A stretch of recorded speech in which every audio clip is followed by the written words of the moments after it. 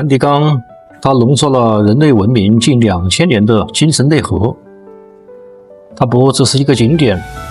更是人类对神性、美学和永恒的最深情表白。很多人对梵蒂冈的印象是排队，结果在无尽的排队中耗尽了体力，在走马观花中错失了精髓。为了让你的灵魂跟上脚步，我扎心总结整理了这份7个不可错过，请一定看到最后，希望能帮你避开人潮，直抵艺术灵魂，让梵蒂冈成为你旅行中最震撼的一站。第一个不可错过，圣彼得大教堂的进入方向。圣彼得大教堂作为世界上最大的教堂，其震撼程度无需多言，但它的进入方式却暗藏玄机。大教堂是免费进入的，但安检排队往往长达数小时。如果你直接前往圣彼得广场，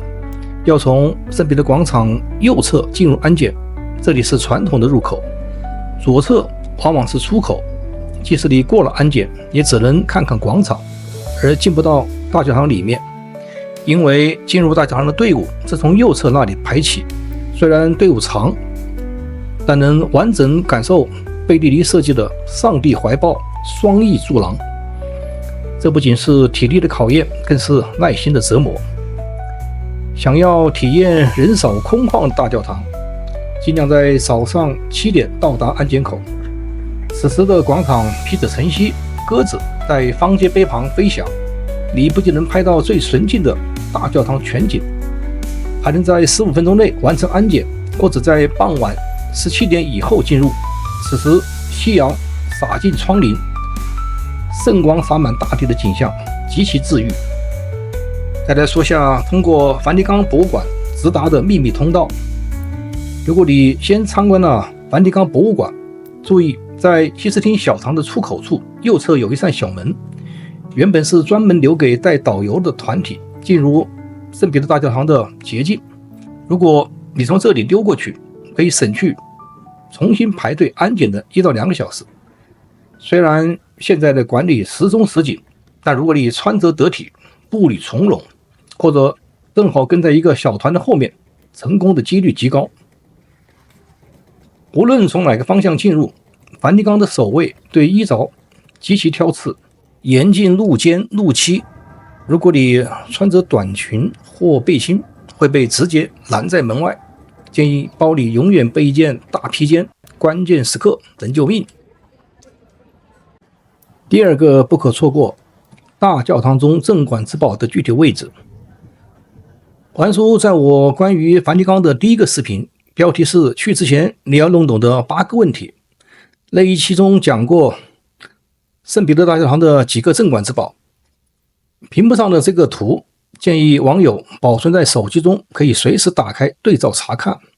因为有时候教堂会因为大的活动人流被阻隔成一个方向如图，所以一旦错过，走回头路要花太长时间。下面我给出正确的座位。第一站，米开朗基罗的圣殇，位置标号80，位于大殿入口右侧的第一座小堂。这是米开朗基罗24岁时的成名作，也是他唯一一件签名作品。圣母玛利亚抱着去世的基督，尽管是用坚硬的大理石雕刻，但圣母面部的哀而不伤和耶稣肌肉的质感精美到令人窒息。第二站，贝尔尼尼的青铜华盖和圣彼得墓，位置标号36、37，位于大殿正中央，教宗祭坛正上方，由米开朗基罗设计的巨大穹顶之下。这是世界上最大的青铜建筑之一，4根高达29米的螺旋形铜柱支撑着顶棚，其原材料一部分取自万神殿。华盖正下方就是圣彼得墓所在，这种扭曲的所罗门座式柱体充满了巴洛克艺术的动感。第三站，贝尔尼尼的圣彼得宝座，位置标号52，它位于大殿最深处的祭坛中心，由巴洛克大师贝尔尼尼设计，这是一个巨大的青铜装置，包裹着相传是圣彼得曾坐过的木质座椅，上方是一个金色光辉装饰，中间镶嵌着一只展翅的和平鸽。当阳光穿过那块带有鸽子图案的雪花石膏窗户时，整个祭坛仿佛被神性之光笼罩，视觉效果极其华丽。此外，大教堂内的西式之作随处可见，位置标号43，教宗亚历山大七世之墓。这是贝蒂尼杰作之一，也是他职业生涯后期的重要作品。左侧雕像是正在祈祷的教宗亚历山大七世，右侧雕像是代表真理的立人化雕像，他的一只脚通常踏在地球仪上。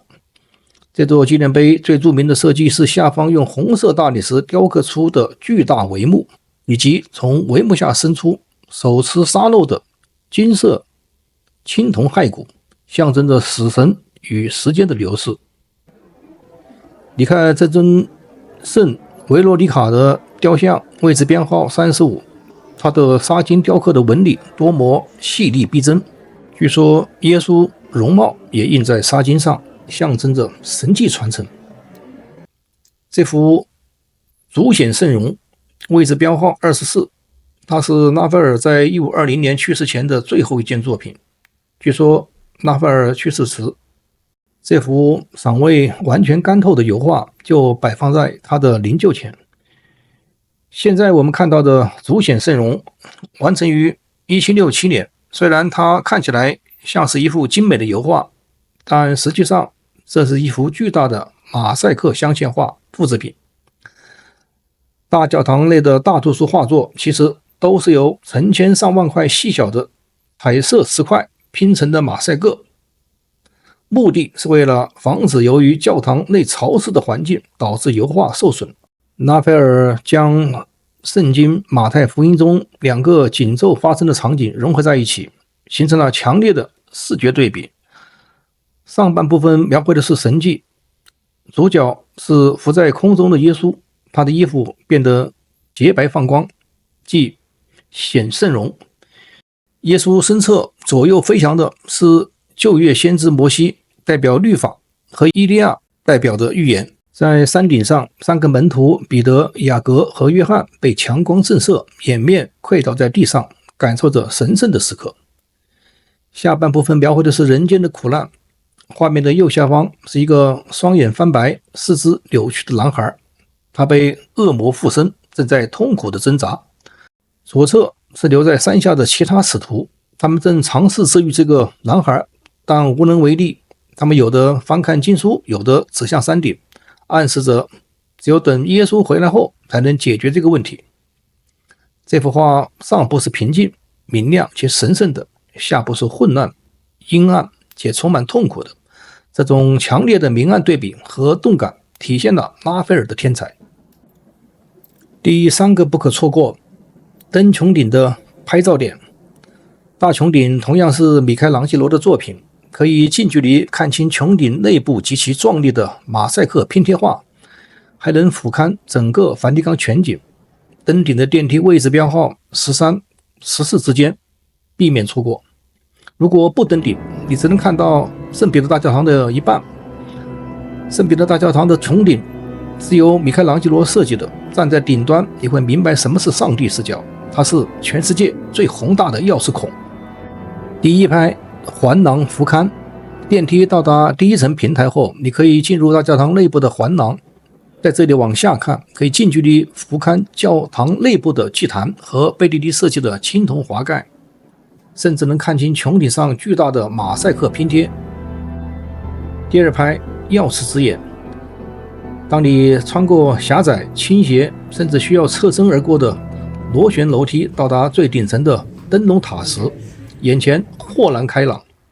这里是俯瞰梵蒂冈和罗马全景的最佳位置。圣彼得广场完美的钥匙孔形状展现在眼前，这是罗马最标志性的明信片角度。在这里你会拍到最经典的钥匙形圣彼得广场，以及远处的圣天使堡和罗马全城的天际线。拍照的最佳时间是下午，此时阳光洒在圣天使堡方向，光影分明，不会逆光。登高望远，看一眼全世界最美的钥匙，那也是绝了。第4个不可错过，西斯汀小堂与顶壁画。西斯汀小堂是整场参观的最高潮，这里是教皇选举地，也是人类绘画史上最伟大的神迹。但在博物馆里面找到西斯汀小堂并不容易，要严格根据指示牌走，或用谷歌地图导航。抬头看天，那是创世纪，画面中央最著名的创造亚当，2根手指若即若离的瞬间是艺术史的永恒。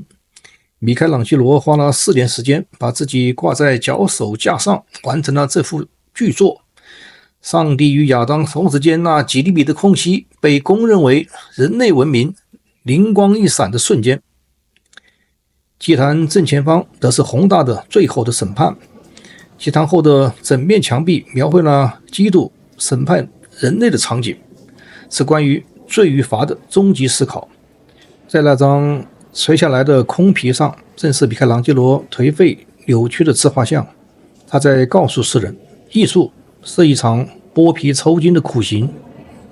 这里是唯一严格禁止拍照和说话的地方，只有放下手机，用眼睛去记录，因为任何镜头都拍不出那种被艺术全方位包裹的压迫感。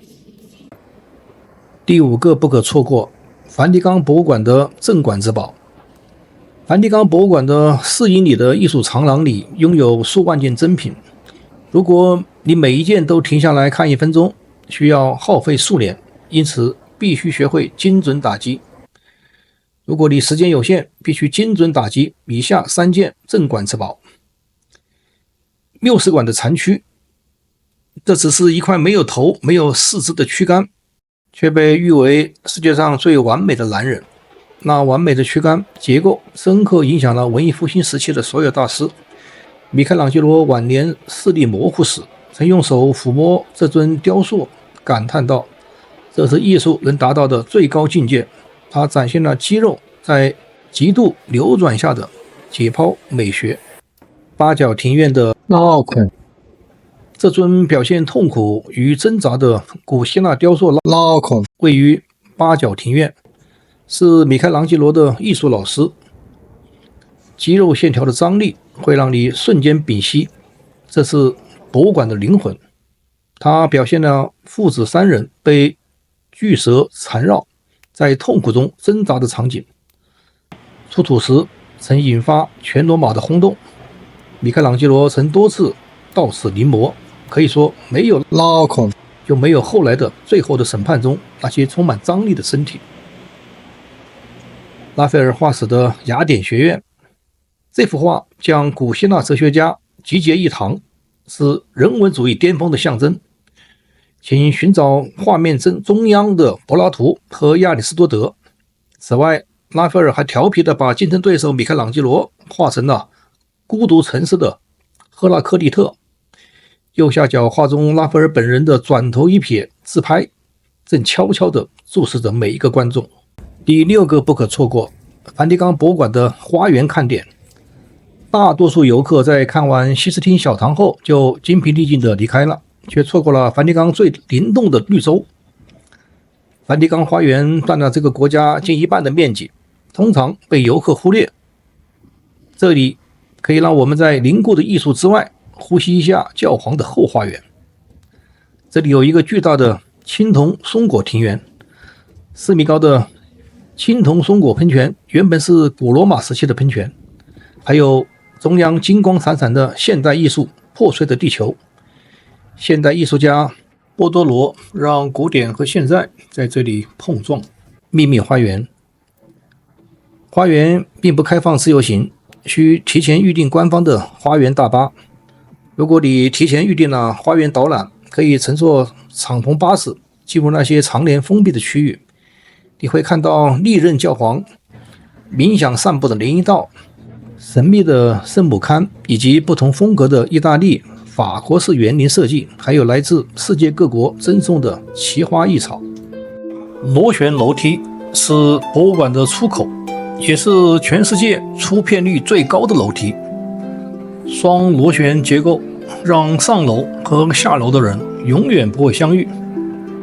正所谓有缘千里来相会，无缘对面不相逢。第7个不可错过，门票预订。没有预订，你的梵蒂冈之行将以排队告终。梵蒂冈博物馆的门票依然是全球最难抢的门票之一，建议提前在官网预订，门票约为20欧元，在线预订需加5欧元手续费，千万别省这5块钱，因为